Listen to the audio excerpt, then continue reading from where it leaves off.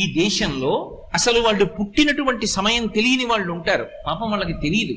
వాళ్ళు జాతకర్మ చేయించుకున్న వాళ్ళు కారు, వాళ్ళకి జాతకాలు తెలియవు. తెలియనప్పుడు ఎవరైనా ఇబ్బందులు పడుతున్నారనుకోండి, పెద్దలు ఏం చేస్తారంటే వాళ్ళు పడుతున్న ఇబ్బందిని వింటారు.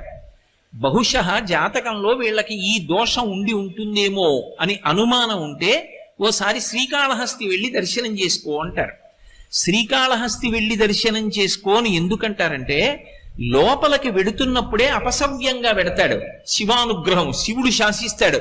అపసవ్యం నీకిష్టం, వాడు నాకు అపసవ్యంగా వచ్చాడు, అవమానం నాకు, కానీ నేను దాన్ని సత్కారంగా స్వీకరిస్తున్నా, వాడి జోలికి నువ్వు వెళ్ళడానికి వీల్లేదు. ఎందుచేత అంటారేమో, గ్రహములకు స్వాతంత్ర్యము లేదు. చాలా మంది తెలియక శనీశ్వరుడు అంటుంటారు. శనీశ్వరుడు అన్న మాట లేదు అసలు. శనైశ్చరుడు, శనైహి